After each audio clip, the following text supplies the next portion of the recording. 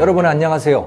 중국 경제 탐사 시리즈 중국과 세계편입니다. 세계 속의 중국 이야기죠.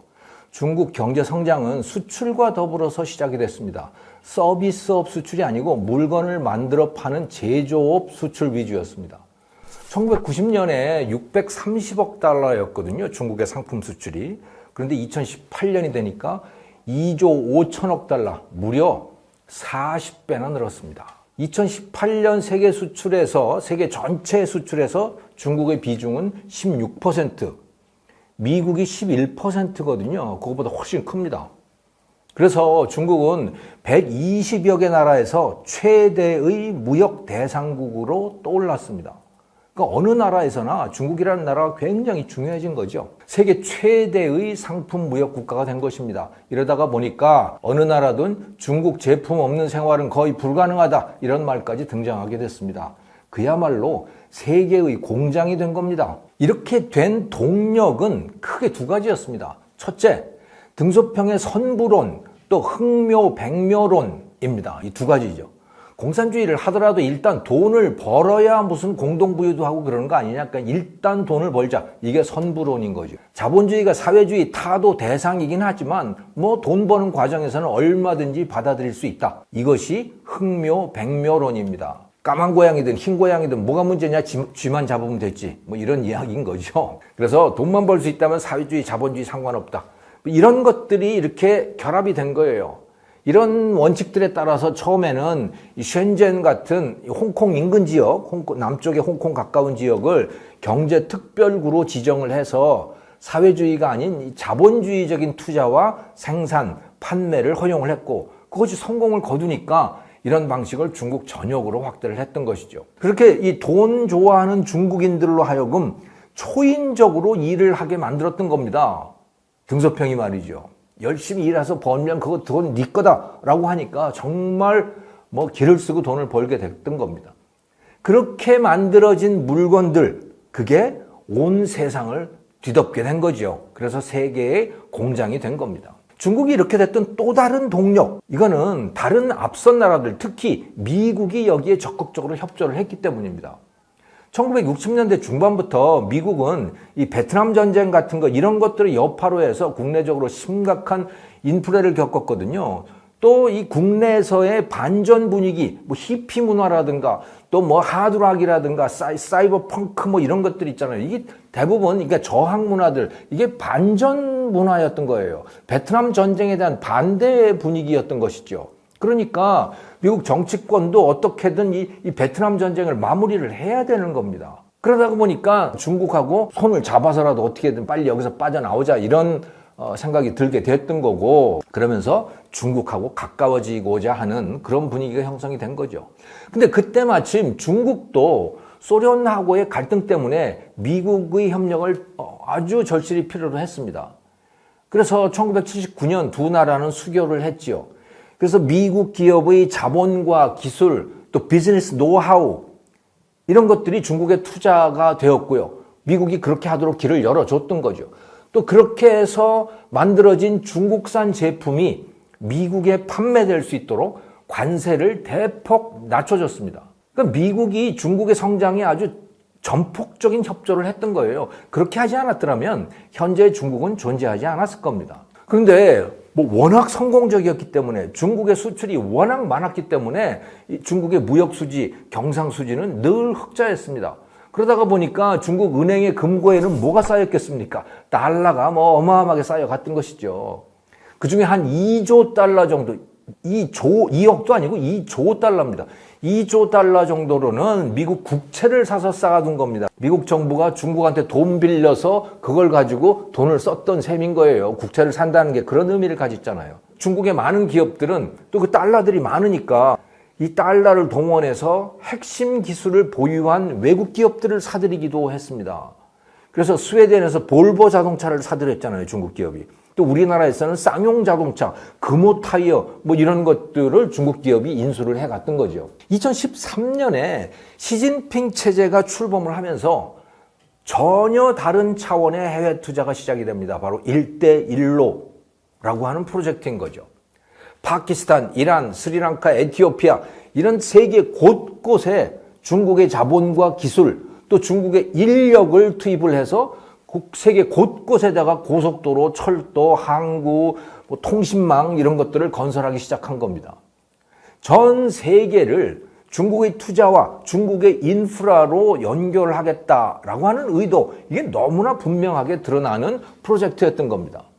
그래서 2022년 말까지 한 10년 동안에 여기에다가도 한 1조 달러 정도를 투자를 했습니다. 이것뿐만이 아니고 중국은 UN, IMF 같은 일이 각종 국제기구에서도 영향력을 확대를 했고, 그러다가 보니까 오히려 미국의 발언권이 위축되는 양상으로 전개가 되기 시작했던 거죠. 또 중국 위안화를 국제통화로 만들기 위한 노력도 본격화됐습니다. 통화 스와프 협정이 이제 여러 다른 나라들하고 많이 체결이 되죠. 그 일환으로. 통화 스와프라고 하는 게 여러분 잘 아시죠? 금융위기가 발생을 하면 중국이 위안화를 제공을 해주겠다라고 하는 이런 내용의 협정인 겁니다. 이게 통화 스왑 협정이잖아요. 그래서 이게 협정을 맺은 두 나라가 서로 자기네 나라 돈을 교환을 하는 방식이 바로 이제 그런 약속이 바로 통화 스왑 협정이라고 하는 거거든요. 그러니까 다른 어떤 나라에서 금융위기가 발생을 하면 중국이 위안화를 제공을 해주겠다라고 하는 이런 협약인 겁니다. 이게 처음 시작된 데가 한국이에요. 그래서 2009년 한국을 비롯해서 5개 나라의 중앙은행과 중국의 인민은행이 서로 이 통화 스와프를 체결을 했죠. 그것을 출발로 해서 그 이후에 쭉 늘어나서 33개 나라와 이런 협정이 체결이 됐습니다. 또 2015년에는요. IMF 아시죠, 여러분? IMF의 특별 인출권 SDR이라고 하는 게 있거든요. 이제 문제가 생기면 IMF에다가 저축해 놓은 돈을 빼가는 그런 권리거든요. 그걸 특별 인출권 Special Drawing Right라고 하는데 이게 통화 바스켓으로 구성이 됩니다. 그래서 달러가 몇 퍼센트, 엔화가 몇 퍼센트, 유로는 몇 퍼센트 이렇게 구성이 되거든요. 거기에 위안화가 없었는데 2015년에 위안화가 그 통화 바스켓, 특별 인출권 통화 바스켓에 들어가게 되는 거죠. 그 비중이 10.9%로 들어가게 되는 겁니다. 편입이 되는 거죠. 근데 일본 엔화는 8.3%였어요. 그러니까 중국의 위안화가 엔화보다도 더 비중이 큰 통화로 인정을 받게 된 거예요. IMF에서. 현재는 보니까 엔화가 7.6%, 위안화가 12.3% 뭐 이렇게 돼 있습니다만은 근데 이제는 그 국제사회에서 그냥 시장에서 거래되는 용도의 위안화의 비중은 한 3% 정도밖에 안 됩니다. 시장에서는 별로 인정을 안 하는데 아무튼 이 무렵에 IMF에서 그러니까 상당히 정치적인 그런 현상이었던 것이죠. 여기서는 전 세계 통화의 12% 정도의 중요성을 인정받았던 겁니다. 중국이 국제기구에서도 굉장히 적극적으로 활동을 한 결과다 이렇게 이해를 할 수가 있겠죠. 중국은 이렇게 여러모로 봐서 정말 경제 대국이 됐습니다. 30년이라고 하는 짧은 시간에 말이죠. 인류 역사상 가장 빠른 경제 성장이었던 겁니다, 이것이. 그런데 미국은 왜 중국 성장의 길을 터줬을까요? 그것은 중국이 강력한 자기의 동맹이 될 거라고 기대를 했기 때문입니다. 이미 그런 것을 경험을 했거든요. 일본과 독일에서 경험을 했던 겁니다. 생각을 해보십시오. 미국에게 일본과 독일은 어떤 나라였습니까? 이거는 쳐 죽여도 시원찮은 나라였던 거예요. 왜? 2차 대전 때 일본이 하와이의 진주만을 폭격을 했잖아요. 그래서 미국이 일본하고 전쟁을 하게 된 거 아닙니까? 히틀러의 나치 독일, 또 일본, 이거 다 미국의 철천지 원수국가였던 겁니다. 전쟁이 끝나고 난 다음에 이게 다 패전국들이잖아요. 이 나라들을 다 그냥 완전히 황폐하게 만들려고 했던 겁니다. 처음에는. 그런데 걱정이 되는 거예요. 왜? 얘네들이 이거 공산국가가 되는 거 아니야? 소련 편으로 가서 붙는 거 아니야? 하는 걱정이 들게 됐던 것이고요. 그래서 이렇게 해서는 안 되겠다. 아무리 밉더라도 그래도 잘 살게 해서 자본주의 국가를 만들어야 되는 거구나 하고 정책을 바꾸게 되는 거죠. 그래서 이 나라들에다가 경제 원조도 해주고 거기서 만들어진 제품을 미국이 사주기도 하고 시장 개방도 해줬던 거죠. 그렇게 했더니 무슨 일이 발생을 했습니까? 이 나라들이 기적적인 경제 성장을 이룩한 거예요. 그래서 일본 세계 2위, 독일 세계 3위 이렇게 된 거 아니에요? 미국 다음에. 경제 강대국이 됐던 거죠. 그리고 어떤 나라보다도 미국의 가장 강력한 동맹 국가들이 된 겁니다. 아, 중국도 경제 발전을 하게 되면 미국의 동맹 국가가 되겠구나라고 하는 기대를 했던 것이죠. 중국이 WTO 가입을 하려고 했을 때 많은 나라들이 반대를 했거든요. 왜? WTO라고 하는 거는 자유무역 국가들의 모임이잖아요.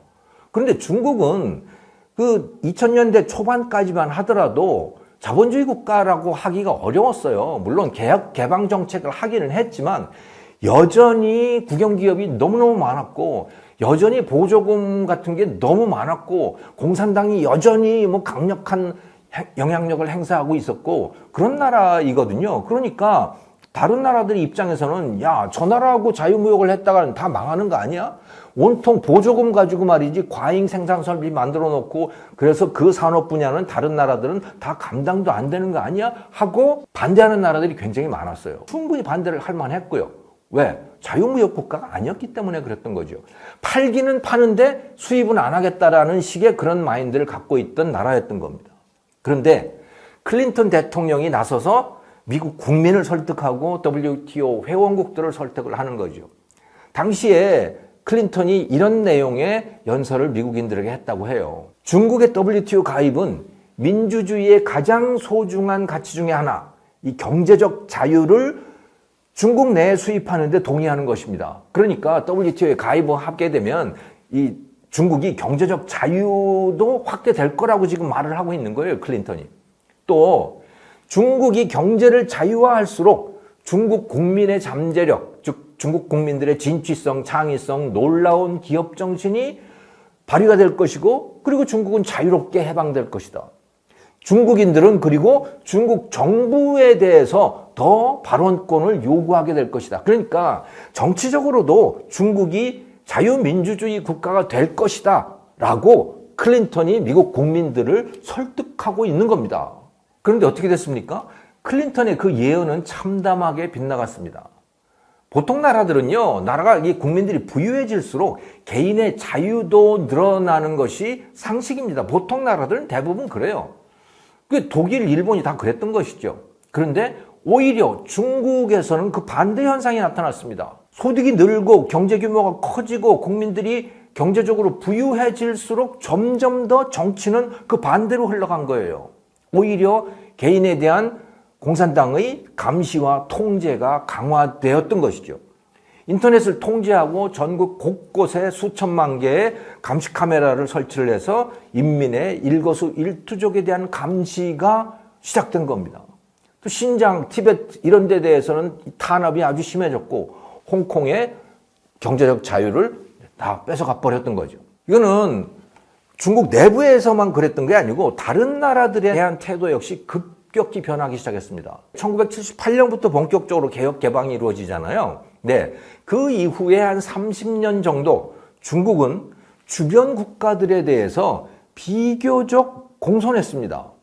우리 한국에 대해서도 상당히 우호적인 태도를 보여왔었어요. 하지만 경제 규모가 커지고 기술 수준이 점점 높아지면서 점점 더 다른 태도를 보이기 시작했죠. 본래 자기들이 갖고 있던 그 모습, 여러분 천조상국이라고 하는 단어를 들어보셨습니까? 중국은 스스로 천조상국이라고 생각을 했습니다. 천자가 다스리는 상국, 위의 나라인 거예요. 하늘의 명을 받은 상국이 바로 천조상국인 거예요. 스스로 그렇게 생각을 했던 겁니다.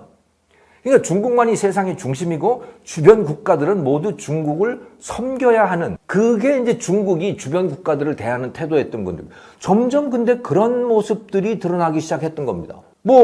그것은 그 공산당의 그 지배 세력뿐만이 아니고 일반 국민들도 그렇게 된 거예요.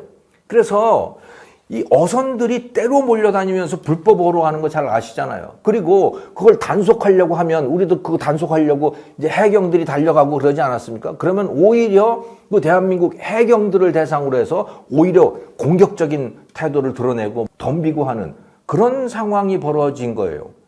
또 남중국해라고 아시죠, 여러분? 그 남중국해에 일방적으로 인공섬을 설치해서 필리핀, 베트남 같은 이 주변 국가의 영해를 일방적으로 점령하는 행위. 뭐 이런 것들이 곳곳에서 나타난 겁니다. 이것이 이제 국제중재재판소 UN 헌장에 따라서 재판을 하는 그 국제중재재판소가 이제 여기에 대해서 이거는 불법이야. 중국은 남중국해에 대해서 그런 권리를 갖고 있지 않아. 라고 하는 그런 판결을 내렸어요. 2016년에. 그런데 중국은 그 재판소 판결을 완전히 무시하는 거죠. 그거는 효력이 없는 판결이다. 라고 아주 적반하장식의 태도를 보여왔던 겁니다. 그러니까 주변 국가들의 입장에서도 이게 아주 난감한 상황이 된 것이죠. 미국이 중국을 밀어주고 있었잖아요. 그런데 미국에서도 이상하다? 중국이 원래 기대했던 그런 나라가 아니네? 라고 하는 느낌이 본격적으로 늘어나기 시작했습니다. 네, 중국 경제 탐사 시리즈 시청해 주셔서 감사합니다.